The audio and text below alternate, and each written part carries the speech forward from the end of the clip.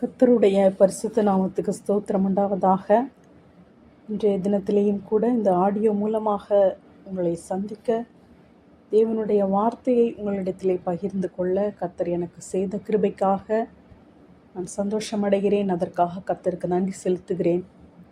நாம் இந்த நேரத்திலேயும் நாம் தியானிக்கிற கர்த்தருடைய வார்த்தை நமக்கு ஆசீர்வாதத்தை கொடுக்கும் என்பதில் சந்தேகமில்லை. நாம் அவருடைய வார்த்தையை தியானிப்பதற்காக செலவிடுகிற இந்த நேரம் வீணாய் போவதில்லை என்பதில் நான் நிச்சயமாக இருக்கிறேன். கர்த்தர் தாமே உங்களை ஆசீர்வதிப்பாராக. நாம் தொடர்ந்து வார்த்தைக்குள்ளாக நாம் போகலாம்.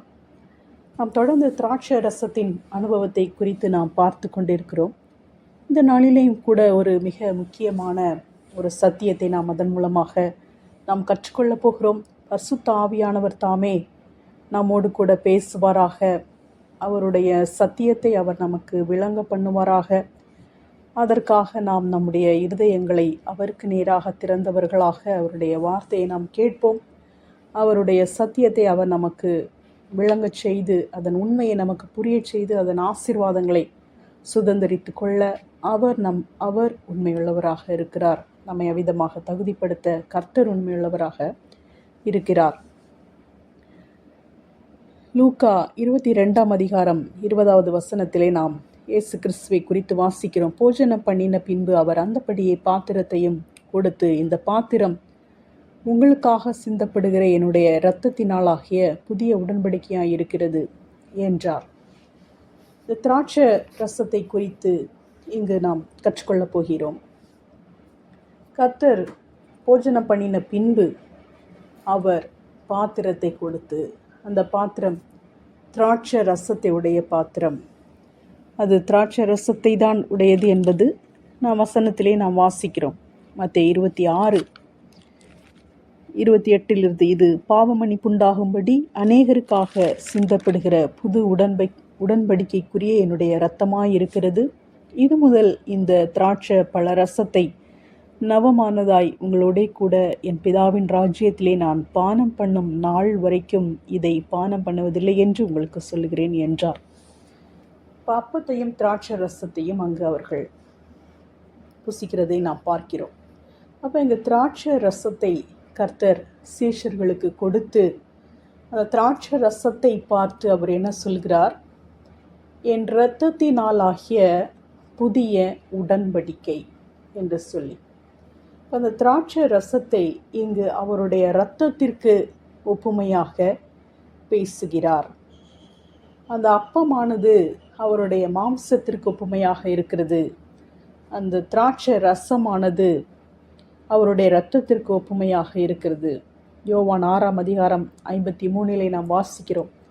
அதற்கு இயேசு அவர்களை நோக்கி, நீங்கள் மனுஷகுமாரனுடைய மாம்சத்தை புசியாமலும் அவருடைய இரத்தத்தை பானம் பண்ணாமலும் இருந்தால் உங்களுக்குள்ளே ஜீவன் இல்லை என்று மெய்யாகவே மெய்யாகவே உங்களுக்கு சொல்லுகிறேன். என் மாம்சத்தை புசித்து என் இரத்தத்தை பானம் பண்ணுகிறவனுக்கு நித்திய ஜீவன் உண்டு. நான் அவனை கடைசி நாளில் எழுப்புவேன். என் மாம்சத்தை புசித்து என் இரத்தத்தை பானம் பண்ணுகிறவன் என்னிலே நிலைத்திருக்கிறான், நானும் அவனிலே நிலைத்திருக்கிறேன் என்று சொல்லி கர்த்தர் அவருடைய இரத்தத்தை நாம் பானம் பண்ண வேண்டும் என்று அங்கு அந்த சத்தியத்தை அவர் விளக்கி காண்பித்து, அந்த இரத்தத்தை பானம் பண்ணுவதற்காக அவர் அந்த இரத்தத்தையே நாம் பானம் பண்ணும்படியாக செய்யாமல் திராட்சை ரசத்தை கொடுக்கிறார். இரத்தத்திற்கு அடையாளமாக திராட்சை ரசத்தை கொடுத்து, இது இரத்தத்தினாலாகிய புதிய உடன்படிக்கையாய் இருக்கிறது என்று கூறுகிறார். அங்கு அதை திராட்சை ரசம் என்று கூறாமல் அதை இரத்தம் என்றே அவர் கூறுகிறார். யூதாவை குறித்து நம்ம ஆதியாகமத்திலே நாம் வாசித்தோம். அங்கேயும் கூட திராட்சை பழ ரசத்தை இரத்தம் என்று சொல்லப்பட்டிருப்பதை நாம் வாசிக்கிறோம். ஆதியாகமம் 49:11 அவன் தன் கழுதை குட்டியை திராட்சை செடியிலும் தன் கோழிகை கழுதையின் குட்டியை நற்குல திராட்சை செடியிலும் கட்டுவான். திராட்சை ரசத்திலே தன் வஸ்திரத்தையும் திராட்சை பழங்களின் இரத்தத்திலே தன் அங்கியையும் தோய்ப்பான். ஆதியாகமத்திலேயே திராட்சை பழ ரசம் என்பது திராட்சை பழங்களின் இரத்தம் என்று அங்கேயே அது சொல்லப்பட்டிருக்கிறது. இங்கு ஆண்டவராகிய தேவன் இரத்தத்திற்கு பதிலாக திராட்சை பழ ரசத்தை பானம் பண்ணும்படியாக கொடுக்கிறார். நம்மோடு கூட உடன்படிக்கையை ஏற்படுத்துவதற்காக அவருடைய இரத்தத்தையே அவர் நமக்காக கொடுத்திருக்கிறார் பானம் பண்ணுவதற்காக. ஆனால் அதற்காக நாம் இரத்தத்தை பானம் பண்ணுவதில்லை, திராட்சை ரசத்தை நாம் பானம் பண்ணுகிறோம். அப்போ இந்த திராட்சை பழ ரசம் என்பது இரத்தத்தை குறிக்கிறது. திராட்சை பழ ரசத்தின் அனுபவம் எதையெல்லாம் குறிக்கிறது என்று அநேக காரியங்களை நாம் குறித்து பார்த்தோம். இன்றைய தினத்திலே அது இரத்தத்தை குறிக்கிறது. இந்த இரத்தத்தை குறித்து நாம் பார்க்கும்போது முதலாவதாக வேதாகமத்திலே இரத்தத்தை குறித்து எங்கு சொல்லப்பட்டிருக்கிறது என்று நாம் பார்ப்போமானால், ஆதியாகமத்திலே, ஆதியாகமம் 2ஆம் அதிகாரம் 7ஆம் வசனம், தேவனாகிய கர்த்தர் மனுஷனை பூமியின் மண்ணினாலே உருவாக்கி ஜீவ சுவாசத்தை அவன் நாசியிலே ஊதினார், மனுஷன் ஜீவ ஆத்துமாவானான். அப்போ இங்கு ஆதாமை கர்த்தர் உருவாக்கும்போது, சிருஷ்டிக்கும்போது, அவனுடைய சரீரத்தை சிருஷ்டித்து அவனுக்கு உயிரை கொடுக்கும்போது அவர் எவ்விதமாக கொடுக்கிறார் என்று சொன்னால், இந்த விலங்குகளுக்கும் பறவைகளுக்கும் கடலிலே வாழுகிற ஜீவ ஜந்துகளுக்கும் அவர் உயிரை கொடுத்தது போல மனுஷனுக்கு உயிரை கொடுக்காமல் இங்கு ஒரு ஜீவ சுவாசத்தை ஊதுகிறார். தேவனுடைய ஜீவ சுவாசத்தை ஆதாமுக்கு ஊதும்போது அவன் ஜீவ ஆத்மாவாக மாறுகிறான். இதுதான் மனிதர்களுக்கும் விலங்குகளுக்கும் உள்ள வித்தியாசம். நம்முடைய ஆத்மா ஜீவ ஆத்மாவாக இருக்கிறது. இந்த ஆத்மா ஒருபோதும் அது மரணம் அடைவதே இல்லை. இந்த உலகத்தின் வாழ்க்கை முடிந்த பின்பும் நம்முடைய வாழ்க்கை தொடர்ந்து நித்திய ஜீவ காலமாக அது இருந்து கொண்டே இருக்கிறது. ஆனால் இந்த விலங்குகளுக்கும் பறவைகளுக்கும் அப்படி இல்லை. அது இந்த பூமியில் வாழ்கிற நாட்களோடு கூட அதனுடைய உயிர் போய்விடுகிறது. அதற்கு பின்பு அதற்கு ஒரு வாழ்க்கை இல்லை. இப்போ நமக்கு அங்கு ஜீவ ஆத்மாவை கர்த்தர் அங்கு கொடுத்தார் மனுஷனுக்கு. அப்போ அந்த மனுஷனுக்கு உயிர் இருக்கிறது என்பது எவ்விதமாக வெளிப்படுகிறது? ஒரு சரீரம், ஒரு உயிருள்ள மனிதனும் இருக்கிறான், ஒரு செத்த சரீரம், அப்பொழுதுதான் ஒரு செத்த சரீரமும் இருக்கிறது. பக்கத்தில் இருக்கும்போது ரெண்டு பேருக்கும் என்ன வித்தியாசம் இருக்குது அப்படின்னு நம்ம பார்த்தோன்னு சொன்னால், வெளியே பார்த்தா எதுவுமே தெரியாது, தூங்குற மாதிரி தான் இருக்குது, இறந்த மாதிரியே தெரியல அப்படின்னு நம்ம சொல்லுவோம். அப்போ வெளியே பார்க்கும்போது வித்தியாசம் தெரியலை, ஆனால் உள்ள ஒரு வித்தியாசம் இருக்குது. உயிருள்ள மனிதனுக்கு இதய துடிப்பு இருக்கிறது, இரத்தமானது உடல் முழுவதுமாக பாய்ந்து கொண்டிருக்கிறது, அவருடைய உள் உறுப்புகள் எல்லாம் செயல்பட்டு கொண்டிருக்கிறது. ஆனால் அந்த செத்த சரீரத்திலே உயிர் இல்லாதபடினாலே அங்கு இதயம் துடிக்கவில்லை, அங்கு இரத்தம் பாயவில்லை, உள் உறுப்புகள் செயல்படவில்லை, வெறும் சரீரம் மாத்திரம் அங்கு உயிரற்று ஒரு சடலமாக அங்கு இருக்கிறது. இப்போ உயிருள்ள மனிதனுக்கு இரத்தம் பாய்ந்து கொண்டு இருக்கிறது. ஆனால் இந்த உயிர் இல்லாத மனிதனுக்கு அந்த இரத்தம் என்னவாய் விடுகிறது? அப்படியே உறைந்து போய்விடுகிறது. அது ஒரு பாய்கிற நிலையிலே அந்த இரத்தம் இல்லை. அப்போ இந்த மனிதனுக்கு கர்த்தர் உயிரை கொடுக்கும்போது, அந்த ஜீவ சுவாசத்தை ஊதும்போது தான் அங்கு அவனுக்கு இரத்தம் உண்டாகிறது. இப்போ ஆதாமுக்கு அவர் உயிரை கொடுக்கும்போது அப்போதுதான் அங்கு ஆதாமுக்கு இரத்தம் உண்டானது. அந்த ஜீவ சுவாசத்தை ஊதும்போது அங்கு இரத்தம் உண்டானது. அந்த இரத்தம் தேவனுடைய இரத்தமாகவே இருக்கிறது. தேவன் ஜீவ சுவாசத்தை ஊதி ஆதாமுக்கு உயிர் வந்தபடினாலே அந்த இரத்தம் ஒரு மனுஷ இரத்தம் அல்ல, அது தேவனுடைய இரத்தமாகவே இருக்கிறது. ஆண்டவராகிய இயேசு கிறிஸ்துவின் இரத்தம் அதுவும் தேவனுடைய இரத்தமாக இருக்கிறது. தேவன் தம்முடைய சொந்த இரத்தத்தின் மூலமாக மீட்டு கொண்ட சபை என்று சொல்லுகிறோம். ஆண்டவராகிய இயேசு கிறிஸ்து அவர் கன்னிமரியாளின் வயிற்றிலே பிறந்திருந்தாலும் அவருடைய இரத்தம் தேவனுடைய இரத்தம். ஏனென்றால் அவர் பரிசுத்த ஆவியினாலே அவர் உற்பத்தியானார்.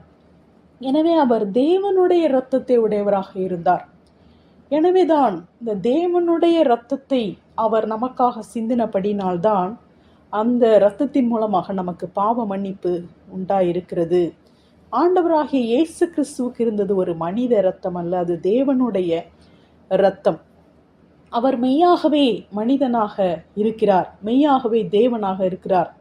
ஆனால் அவருக்குள்ளே ஓடினது தேவனுடைய சொந்த இரத்தம். இதை நாம் புதிய ஏற்பாட்டிலே வாசிக்கிறோம். தேவன் தம்முடைய சொந்த இரத்தத்தினாலே என்று சொல்லி நாம் வாசிக்கிறோம். அதே போல இந்த ஆதாமுக்கும் தேவன் தம்முடைய சொந்த இரத்தத்தை அவர் கொடுத்தார், தேவனுடைய இரத்தம். இயேசுவை ஆதாமுக்கு ஒப்பிடுகிறார்கள். இயேசுவை குறித்து இரண்டாம் ஆதாம் அல்லது கடைசி ஆதாம் என்று சொல்லி ஆதாமோடு ஒப்பிடும்படியான வசனம் ஏன் வருகிறது என்றால், ஆதாமுக்கும் தேவனுடைய இரத்தம் தான் இருந்தது. ஆனால் இந்த தேவனுடைய இரத்தம் அவருக்குள் ஓடிக்கொண்டு இருந்தது. தேவனோடு கூட உறவில் அவர் இருந்தார். ஆனால் அவர் எப்பொழுது தேவன் தனக்கு சொன்ன கட்டளையை மீறி தேவன் தான் தன்னுடைய வாழ்க்கையிலே தீர்மானங்களை எடுக்க வேண்டும் என்ற அந்த கட்டுப்பாட்டுக்குள்ளே இருந்து அவர் எப்பொழுது வெளியே வந்து, நீங்க என்ன சொல்றது, இந்த பழத்தை சாப்பிடு சாப்பிடாத, நீங்க என்ன சொல்றது, நான் என்ன கேட்கறது, எனக்கு இஷ்டமானா நான் சாப்பிடுவேன் அப்படின்னு சொல்லி என்னைக்கும் அவர் அந்த கட்டுப்பாட்டிலேருந்து வெளியே வந்தாரோ அன்றைய தினத்திலே அந்த உறவு அவருக்கு துண்டிக்கப்பட்டது. அதை குறித்து நாம் ஏற்கனவே அறிந்திருக்கிறோம், அதிகமாக நாம் அதை பார்த்திருக்கிறோம். இந்த முதலாவதாக இந்த இரத்தம் உண்டானது என்ன என்பதை நாம் அங்கு பார்த்தோம். எனவே அதற்கு பிற்பாடு காயின், ஆபேல் அவர்களுக்கெல்லாம் மனித இரத்தம், தேவனால் கொடுக்கப்பட்ட அப்படிப்பட்ட இரத்தம் அளந்த ஆதாம் பாவத்தில் விழுந்த பிற்பாடு அவர்கள் உண்டானபடினாலே அவர்கள் எல்லாம், தாவீது சொல்கிறார் அல்லவா, என் தாய் என்னை பாவத்தில் கற்பந்தரித்தாள். அப்போ இவர்களுக்கெல்லாம் அந்த பாவ சிந்தனை உடையவர்களாகவே பிறக்கிறார்கள். எனவே நன்மை தீமை அறியத்தக்க கனியை அவர்கள் புசித்தபடினாலே அந்த தீமையையும் அவர்கள் செய்வதற்கான வாஞ்சை அவர்களுக்குள்ளாகவே இருக்கிறது. கர்த்தர் அவர்களை ஏற்படுத்தின விதம், அவர்கள் ஜீவ விருட்சத்தின் கனியை மாத்திரம் புசித்து அவர்கள் நித்திய காலமாக தேவனைப் போல வாழ வேண்டும் என்று சிருஷ்டித்தார். ஆனால் ஆதாம் அந்த நன்மை தீமை அறியத்தக்க பழத்தின் கனியை புசித்தபடினாலே பாவம் செய்ய வேண்டும் என்ற வாஞ்சை மனிதர்களாகிய நம் ஒவ்வொருவருக்குள்ளும் இருக்கிறது. எனவே இந்த முதலாவது இந்த இரத்தத்தை குறித்து நாம் பார்த்தோம். இரண்டாவதாக இந்த இரத்தத்தை குறித்து நாம் எங்கு பார்க்கிறோம்? ஆதாமும் ஏவாளும் பாவம் செய்த போது ஆண்டவராகிய இயேசு கிறிஸ்து, தேவனாகிய கர்த்தர் அவர்களுக்கு தோல் உடைகளை உண்டாக்கி அவர்களுக்கு உடுத்தினார். அப்போ அந்த இடத்திலே இரத்தம் சிந்தப்பட்டது. இப்போ தோல் உடைகள், இப்போ எதனுடைய தோல் என்று அங்கு சொல்லப்படவில்லை. ஆனால் அப்போ தோல் உடை ஏற்படுத்தப்பட வேண்டும் என்று சொன்னால் அங்கு ஒரு ஜீவன் பலியிடப்பட்டிருக்கிறது, அதனுடைய தோல் பீக்கப்பட்டிருக்கிறது, அங்கு இரத்தம் சிந்தப்பட்டிருக்கிறது. அதற்கு பின்பாக ஆபேலுடைய இரத்தத்தை குறித்து நாம் பார்க்கிறோம். கர்த்தர் காயினை பார்த்து சொல்லுகிறார், உன் சகோதரனுடைய இரத்தத்தின் சத்தம் பூமியிலிருந்து என்னை நோக்கி கூப்பிடுகிறது என்று சொல்லி. அடுத்தபடியாக இதெல்லாம் விளக்கமாக பார்க்கல, பின்பாக நாம் பார்க்கலாம். இப்பொழுது பார்க்க போவது என்னவென்றால், கர்த்தர் இரத்தத்திற்கு ஒரு முக்கியத்துவத்தை கொடுக்கிறதை நாம் பார்க்கிறோம். பழைய ஏற்பாட்டிலே 9ஆம் அதிகாரத்திலே நோவா பேழையிலிருந்து வெளியே வந்த பின்பு, நோவாவும் குடும்பமும் வெளியே வந்த பின்பு கர்த்தர் நோவாவையும் அவன் குமாரரையும் ஆசீர்வதித்து அங்கு என்ன சொல்லுகிறார் என்று சொன்னால், அந்த ஆதாமுக்கும் ஏவாளுக்கும் எப்படி அவர் ஆசீர்வாதத்தை கொடுத்தாரோ அதே போலவே இங்கே நோவாவுக்கும் அவருடைய குடும்பத்துக்கும் அவர் ஆசீர்வாதத்தை கொடுக்கிறார். நீங்கள் பலுகி பெருகி பூமியை நிரப்புங்கள், உங்களை பற்றிய பயமும் அச்சமும் பூமியில் உள்ள சகல மிருகங்களுக்கும் ஆகாயத்தில் உள்ள சகல பறவைகளுக்கும் உண்டாயிருக்கும். பூமியிலே நடமாடுகிற யாவும் சமுத்திரத்தின் மச்சங்கள் யாவும் உங்களுக்கு கையளிக்கப்பட்டன. நடமாடுகிற ஜீவ ஜந்துக்கள் யாவும் உங்களுக்கு ஆகாரமாய் இருப்பதாக. பசும் பூண்டுகளை உங்களுக்கு தந்தது போல அவைகள் எல்லாவற்றையும் உங்களுக்கு தந்தேன். மாம்சத்தை அதன் உயிராகிய இரத்தத்தோடே புசிக்க வேண்டாம். உங்களுக்கு உயிராய் இருக்கிற உங்கள் இரத்தத்திற்காக பழி வாங்குவேன். சகல ஜீவ ஜந்துக்களிடத்திலும் மனுஷனிடத்திலும் பழி வாங்குவேன். மனுஷனுடைய உயிருக்காக அவனவன் சகோதரனிடத்தில் பழி வாங்குவேன். மனுஷன் தேவ சாயலில் உண்டாக்கப்பட்டபடியால் மனுஷனுடைய இரத்தத்தை எவன் சிந்துகிறானோ அவனுடைய இரத்தம் மனுஷனாலே சிந்தப்பட கடவது. நீங்கள் பலுகி பெருகி பூமியிலே திரளாய் வர்த்தித்து விருத்தியாகுங்கள் என்றார். ஆதாமையும் ஏவாளையும் கர்த்தர் எவ்விதமாக நீங்கள் பலுகி பெருகுங்கள் என்று ஆசீர்வதித்தாரோ அதே போல இந்த நோவாவையும் அவருடைய குடும்பத்தையும் ஆசீர்வதிக்கிறார். ஆனால் அந்த ஆதாமுக்கும் ஏவாளுக்கும் பசும் பூண்டுகள் ஆகாரமாக கொடுக்கப்பட்டிருந்தது. அவர்கள் இந்த நான்வெஜ்லாம் அவங்க சாப்பிடல. இந்த நோவா காலத்துல இருந்து தான் அவங்க நான்வெஜ் சாப்பிட்றாங்க. அங்கதான் ஆண்டவர் சொல்றார், பசும் பூண்டுகளை உங்களுக்கு தந்தது போல நடமாடுகிற ஜீவ ஜந்துக்கள் யாவும் உங்களுக்கு ஆகாரமாய் இருப்பதாக என்று சொல்லி அதையெல்லாம் ஆகாரமாக அங்கு கொடுக்கிறார். அப்ப அந்த ஜீவ ஜந்துக்களை ஆகாரமாக கொடுக்கும்போது அதனுடைய இரத்தத்தை குறித்து அங்கு ஒரு தீர்க்கமான ஒரு கட்டளையை கர்த்தர் கொடுக்கிறார். மாம்சத்தை அதன் உயிராகிய இரத்தத்தோடே புசிக்க வேண்டாம். உங்கள் இரத்தத்திற்காக பழி வாங்குவேன். மனுஷன் தேவ சாயலில் உண்டாக்கப்பட்டபடியால் மனுஷனுடைய இரத்தத்தை எவன் சிந்துகிறானோ அவனுடைய இரத்தம் மனுஷனாலே சிந்தப்பட கடவது. அப்ப இந்த இரத்தத்தை குறித்து ஒரு முக்கியத்துவத்தை அவர்களுக்கு அவர் சொல்லி கொடுக்கிறார். அப்போ அது தலைமுறையாக அது பின்பற்றப்பட்டு ஒவ்வொருவருக்கும் அது சேருகிறது. அந்த இரத்தத்தை அவர் என்ன சொல்லுகிறார்? மாம்சத்தின் உயிர். அப்ப மாம்சத்தின் உயிர் இரத்தத்தில் இருக்கிறது. அப்ப இரத்தம் என்பது அதனுடைய இன்னொரு பேர் என்ன? அது உயிர். இப்போ நம்ம ஃப்ளஷ், நம்மளோட சரீரம் அது உயிரோட இருக்குது, அது செயல்பட்டு கொண்டிருக்கிறது. அப்படின்னா அதில் ரத்தம் இருக்கிறபடினால தான், ரத்தம் ஆக்டிவாக இருக்கிறனால தான் நம்ம ஃப்ளஷும் ஆக்டிவாக இருக்குது. இப்போ நம்மளோட கால்லெல்லாம் பாதத்துலலாம் கீழே பார்த்தீங்கன்னா அந்த இதெல்லாம் கொஞ்சம் காஞ்சி போச்சுன்னா, பாதத்தில் கீழே ரத்தம் இல்லாமல் காஞ்சி போச்சுன்னா அதில் ஒரு வேதனை இருக்காது, ஒன்றும் இருக்காது. அது அப்படியே நம்ம கீழே பிச்சு போட்டால் கூட நமக்கு அதை வலிக்கவும் செய்யாது. இப்போ உயிரோடு இருக்கிற சரீரத்திலேயே ரத்தம் பாயாத இடம் என்ன செஞ்சிருது? அது செத்து போய் விடுகிறது. இப்போ மாம்சத்தின் உயிர் எதில் இருக்குது? ரத்தத்தில் தான் இருக்குது. இப்போ நம்ம உயிரோடு இருக்குது, நம்முடைய சரீரம் உயிரோடு இருக்குதுன்னா அதுக்கு என்ன காரணம்? ரத்தம் அதில் பாய்ந்து கொண்டிருக்கிறபடினால்தான் மாம்சம் உயிரோடு இருந்து செயல்பட்டு கொண்டிருக்கிறது. இந்த ரத்தம் எப்போ பாயாமல் நின்றுதோ அப்போ என்ன செஞ்சிருது? உயிர் போயிடுது, செயல்பாடு நின்று விடுகிறது. இப்போ இந்த சரீரத்தின் செயல்பாடுகள், இந்த ரத்தம் தன்னுடைய செயல்பாடை நிப்பாட்டி விட்டால் சரீரமும் தன்னுடைய செயல்பாடுகளை நிறுத்தி விடுகிறது. இந்த சரீரம் உயிரோடு இருப்பதற்கு காரணம் ரத்தம் தான். மாம்சத்தை அதன் உயிராகிய இரத்தத்தோட புசிக்க வேண்டாம். அப்போ ரத்தம் தான் உயிர் என்று சொல்லி அந்த இரத்தத்தை முக்கியத்துவப்படுத்தி அங்கு ஆண்டவர் மிக தெளிவாக அங்கு சொல்லுகிறார். இரத்தத்தை சிந்த வேண்டாம் என்று சொல்கிறார். மனுஷன் தேவ சாயலில் உண்டாக்கப்பட்டபடியினால் இரத்தத்திற்காக பழி வாங்குவேன். எவன் மனுஷனுடைய இரத்தத்தை சிந்துகிறானோ அவனுடைய இரத்தம் மனுஷனாலே சிந்தப்பட கடவது என்று சொல்லி மிகவும் ஒரு நல்ல கட்டளையை மிகவும் தெளிவாக அவர் அங்கு கொடுக்கிறார். இப்போ அந்த ரத்தம்னாலே அதுக்கு நீங்கள் விலகி இருங்க அப்படின்னு சொல்லி புதிய ஏற்பாட்டிலையும் கூட அது இருக்குது. பவுல் எழுதுகிறார். இப்போ இந்த புற ஜாதிகள் எல்லாம் கிறிஸ்தவர்களாக வரும்போது அவர்களுக்கு சொல்லுகிற விஷயம், நீங்கள் இரத்தத்திற்கும் நெருக்குண்டு செத்ததற்கும் வேசித்தனத்திற்கும் விக்கிரகத்துக்கு படைத்ததற்கும் விலகி இருங்கள் என்று சொல்லி, இப்போ அவங்களுக்கு நம்ம என்னெல்லாம் கடைப்பிடிக்கணும் அப்படின்னு சொல்லி அந்த சடங்காச்சாரங்கள் ஒருவேளை நம்ம என்னென்ன மாறணும் அப்படின்னு நிறைய டவுட் இருக்கும். புற ஜாதியிலேருந்து அவங்க வராங்க. கிரேக்க இதில் இருந்து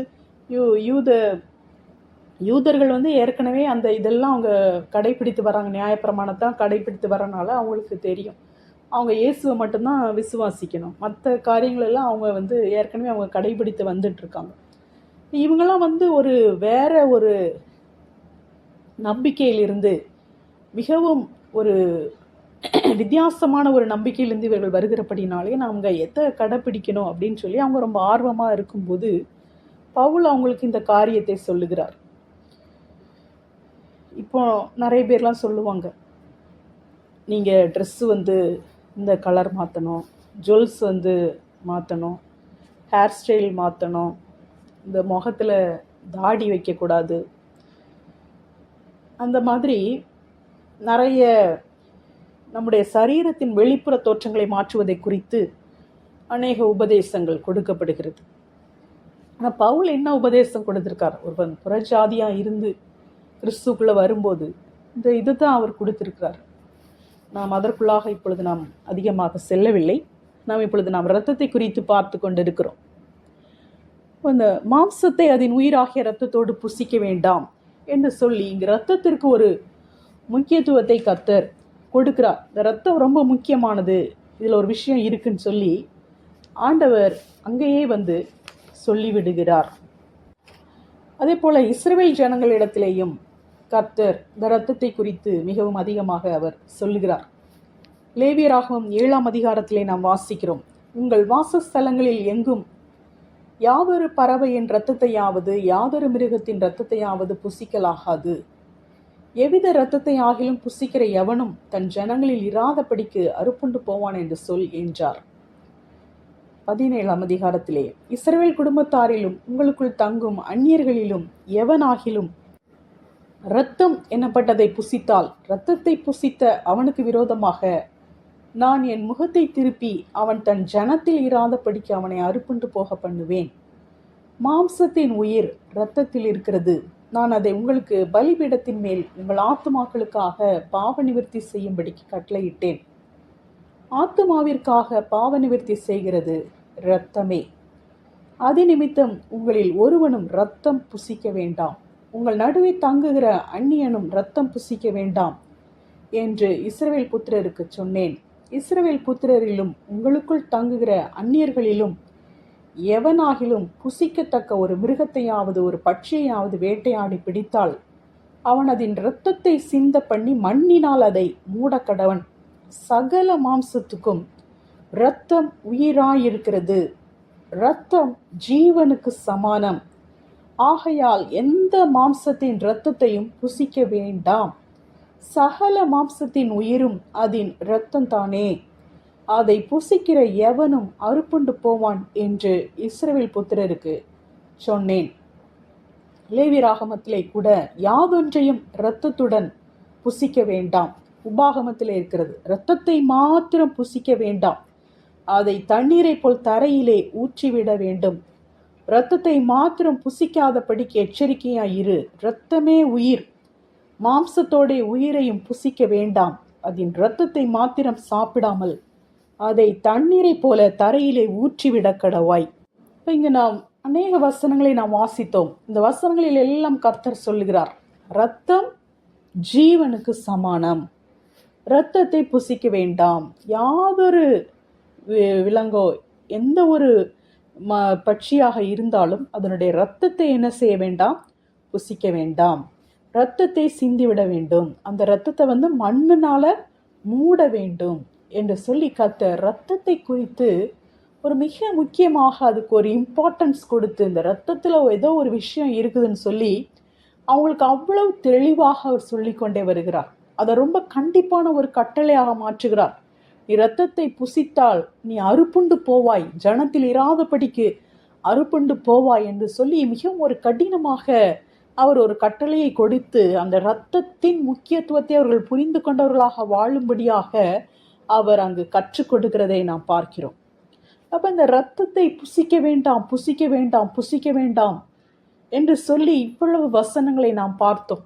நோவாவின் காலத்திலிருந்தே கர்த்தர் எப்பொழுது அந்த நான்வெஜ் சாப்பிடலாம் என்று சொல்லி கர்த்தர் சொன்னாரோ அப்பொழுதே உடனடியாகவே அப்பொழுதே கர்த்தர் நீங்கள் இரத்தத்தை புசிக்க வேண்டாம் என்று சொல்லி அவர் சொல்லிவிட்டார். அதற்கு முன்பாக யாரும் இந்த நான்வெஜ் சாப்பிடல, அதனால அந்த கட்டளை கொடுக்கல.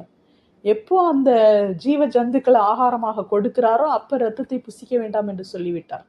அதற்கு முன்பாக எல்லா விலங்குகளும் தாவரத்தை தான் சாப்பிட்டது, மனிதர்களும் தாவரத்தை தான் சாப்பிட்ருக்காங்க. நான் ஒருவேளை அது எதுக்காக இருக்கலாம் அப்படின்னு என்னோட கெஸ்ஸு, சரிங்களா? இதெல்லாம் வந்து பைபிளில் இல்லை. இப்போ நோவா பேழைக்குள்ள எல்லா மிருகங்களும் இருந்து 1 வருஷத்துக்கு மேலே இந்த பேழைக்குள்ள அவங்க ஒன்றா இருக்க வேண்டியதாக இருக்குது. அப்போ அந்த நேரத்தில் எல்லாம் நான்வெஜ் சாப்பிட்றவங்களா இருக்கக்கூடாது என்பதற்காக அந்த நாள் வரை கர்த்தர் நான்வெஜ்ஜை சாப்பிட கொடுக்காமல் இருந்திருக்கலாம் என்று நான் நினைக்கிறேன். அப்போ அது வரைக்கும் நான்வெஜ் சாப்பாடாக இல்லை. அப்போ அது வரைக்கும் எல்லாருமே தாவரத்தை தான் சாப்பிட்ருக்காங்க, பசும் பூண்டுகளை தான் சாப்பிட்ருக்காங்க. இப்போ அதனால் அந்த பேழைக்குள்ளாக அவர்கள் இருக்க முடிந்தது. இப்போ தேவனுக்கு எல்லாமே தெரியும், அவருடைய ஞானம் அளவற்றது. அப்போ இந்த மாதிரி ஜல பிரளயம் வரப்போது, ஒரு நோவா இருக்க போகிறாரு, அவர் பேழை செஞ்சு இப்படியாக அவர்கள் வரப்போகிறார்கள் என்பது கர்த்தருக்கு தெரியும்.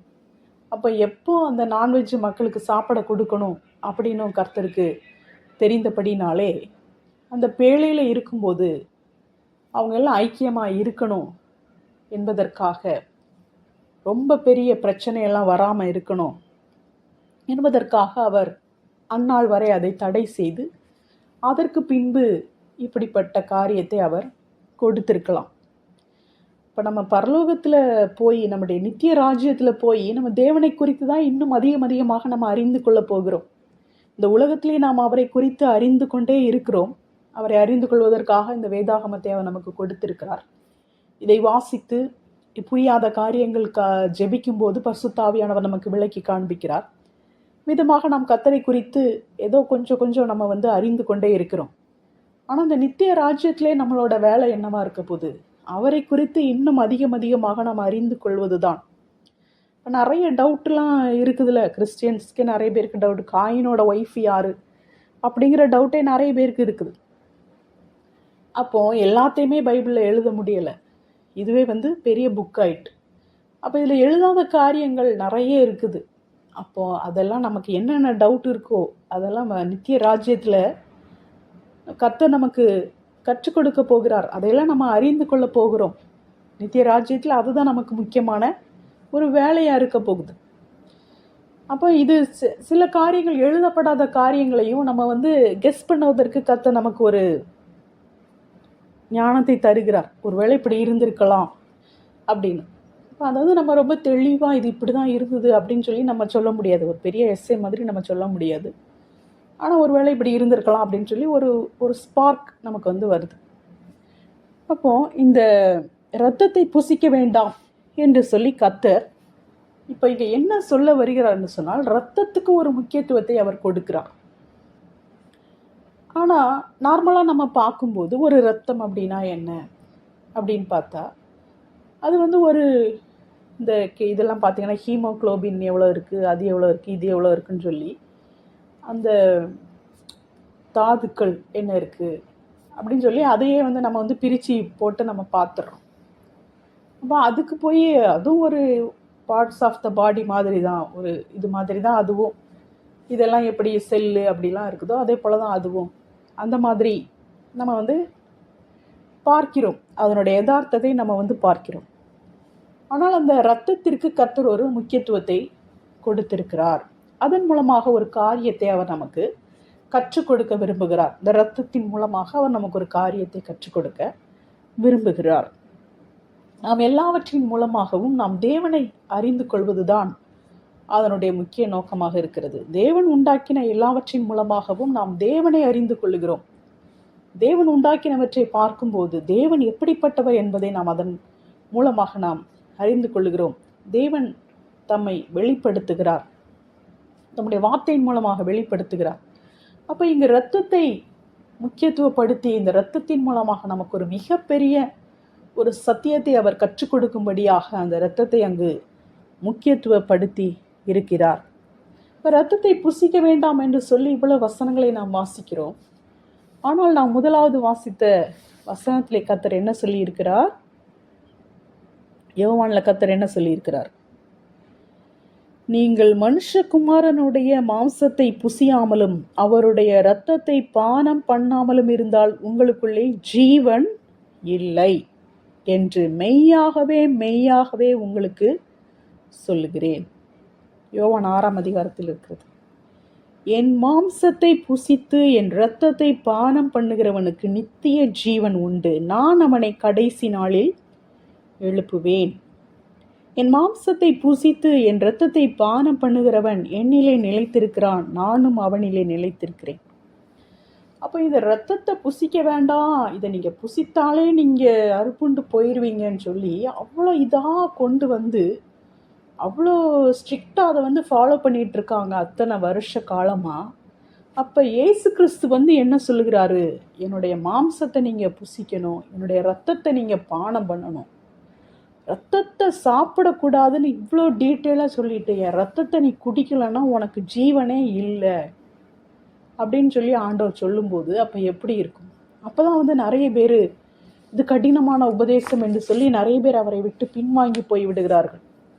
அப்பொழுது இயேசு சீஷர்களை பார்த்து கேட்கிறார், நீங்களும் போய்விட மனதாக இருக்கிறீர்களோ அப்படின்னு கேட்கும்போது பேதுரு சொல்கிறார், யாரிடத்தில் போவோம் ஆண்டவரே, நித்திய ஜீவ வசனங்களும் இடத்தில் உண்டே என்று சொல்லி.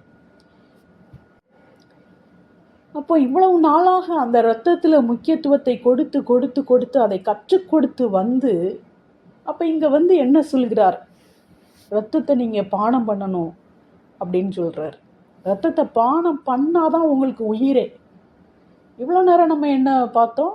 இரத்தத்தை சாப்பிட்டேன்னா அவ்வளோதான், உன்னை நான் பழி வாங்குவேன், நீ ஜனத்தில் இராதபடிக்கு அறுப்புண்டு போவேன் அப்படின்னு அவங்க சத்தியத்தை படிச்சுட்டு வந்தவங்க இப்போ நீ என் ரத்தத்தை பானம் பண்ணலன்னா உனக்கு ஜீவனே இல்லை அப்படின்னு இயேசு சொல்லுகிறார். இப்போ இது இயேசுவனுடைய ரத்தம். இது என்ன ரத்தம்? இது தேவனுடைய சொந்த ரத்தம். இப்போ ஆதாமுக்கு அவர் தேவனுடைய சொந்த ரத்தத்தை கொடுத்திருந்தார், அவன் அதை இழந்து போய்விட்டான், அதன் தன்மையை அவன் இழந்து போய்விட்டான்.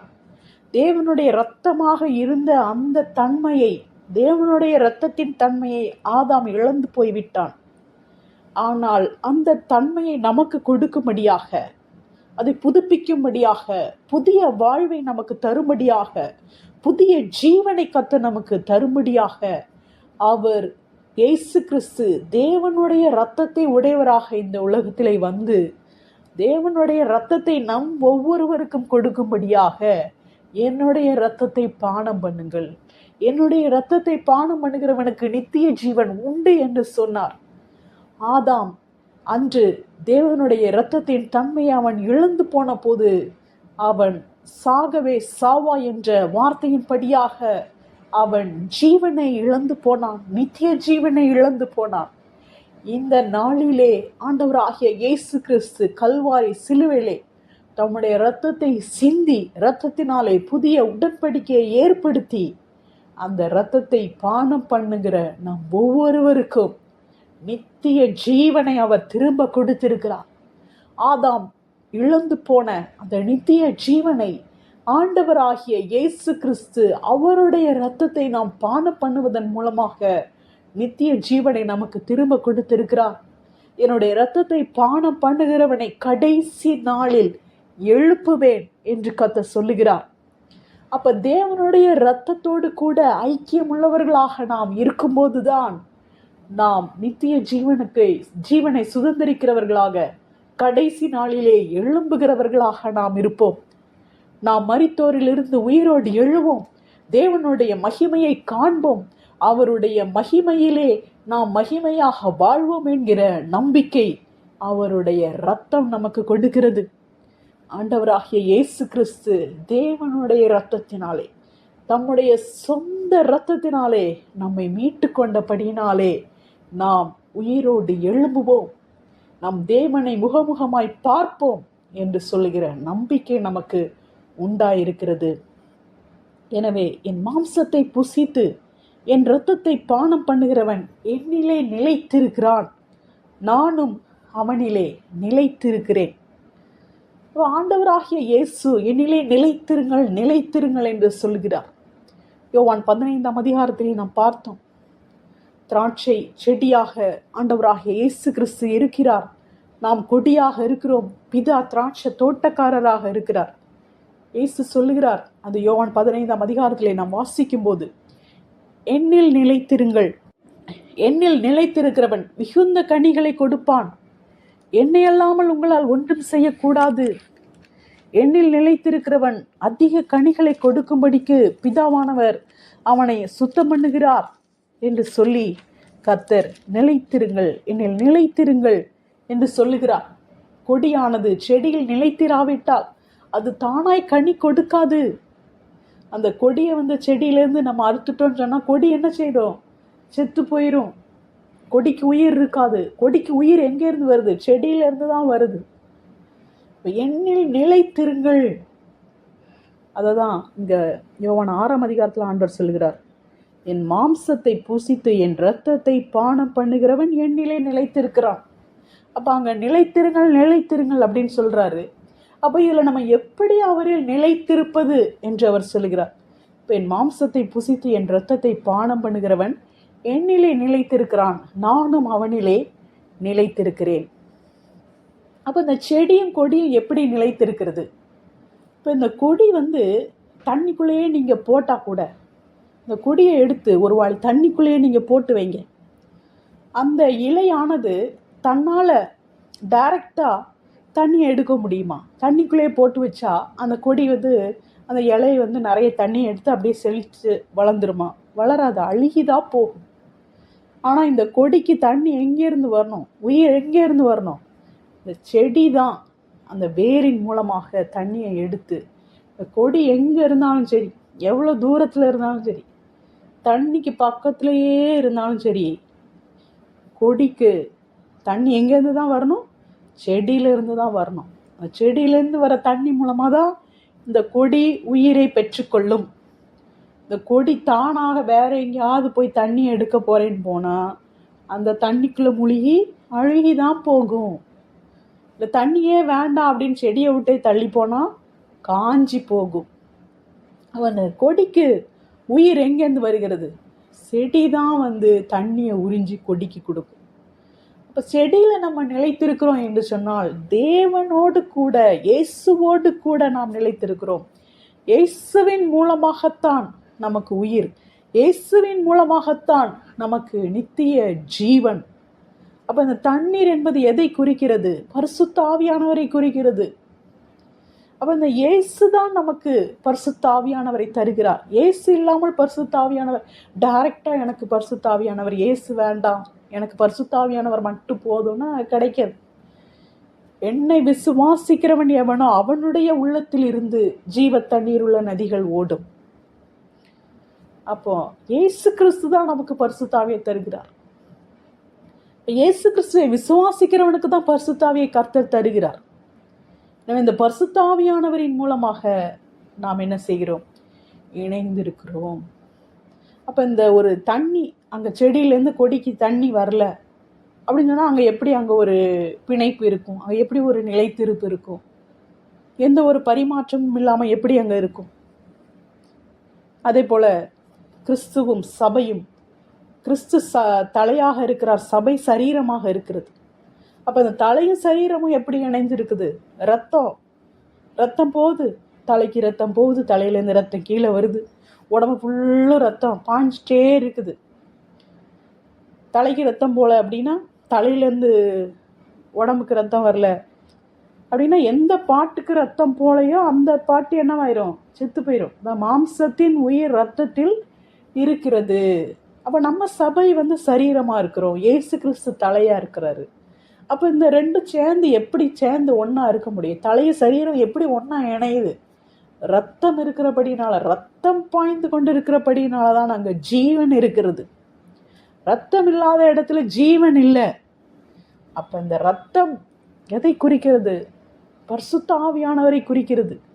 இந்த திராட்சை ரசம் என்பது பரிசுத்த ஆவியானவரை குறிக்கிறது என்பதை குறித்து தான் நாம் பார்த்து கொண்டே வருகிறோம். அப்போ இங்கு ரத்தம், இந்த ரத்தத்திற்கு பதிலாக கர்த்தர் எதை குடிக்க கொடுக்கிறார்? திராட்சை ரசத்தை. இந்த திராட்சை ரசம் என்று சொல்லும்போது கர்த்தர் பரிசுத்த ஆவியானவரை அங்கு அவர் சொல்லுகிறார். திராட்சை ரசம், ரத்தம் ரெண்டுமே ஒன்று தான் அப்படின்னு ஆண்டவர் சொல்கிறார். ரத்தத்தை குடிங்கன்னு தான் ஆண்டவர் சொல்கிறார். ரத்தத்தை பானம் பண்ணுங்க, திராட்சை ரசத்தை பானம் பண்ணுங்க அப்படின்னு சொல்லலை. திராட்சை ரசத்தை கொடுக்குறாரு, ஆனால் ரத்தத்தை பானம் பண்ணுங்க அப்படின்னு சொல்கிறார். அப்போ திராட்சை ரசமும் ரத்தமும் வேற வேற இல்லை. அந்த திராட்சை ரசத்தை அவருடைய இரத்தமாக நாம் ஏற்றுக்கொண்டு நாம் பானம் பண்ணுகிறோம். எனவே அதன் மூலமாக கர்த்தர் நமக்கு ஒரு மிகப்பெரிய சத்தியத்தை நமக்கு கற்றுக் கொடுக்கிறார். இந்த திராட்சை ரசம் என்பது பரிசுத்த ஆவியானவரை குறிக்கிறது. அது இயேசுவின் இரத்தத்தை குறிக்கிறது. இன்னும் அதிகமான சத்தியங்களை கர்த்தர் நமக்கு கற்றுத்தர இருக்கிறார். இன்றைய தினத்திலே நாம் இவ்வளவும் கேட்டிருக்கிறோம். இன்னும் அதிகமாக இருக்கிறது. இது ஒரு மிகப்பெரிய சத்தியமாக இருக்கிறது. இதை குறித்து சரியாக சொல்ல வேண்டும் என்ற பாரமும் பயமும் இருந்தாலும் கூட கர்த்தருடைய வார்த்தைக்கு உண்மையாக இருந்து நான் அறிந்து கொண்ட சத்தியத்தை நீங்களும் அறிந்து கொள்ள வேண்டும் என்ற வாஞ்சையினாலே நான் இதை உங்களோடு கூட பகிர்ந்து கொள்ளுகிறேன். தொடர்ந்து நாம் அடுத்த செய்தியிலே நாம் பார்க்கலாம். கர்த்தர் தாமே நம்மை ஆசீர்வதிப்பாராக.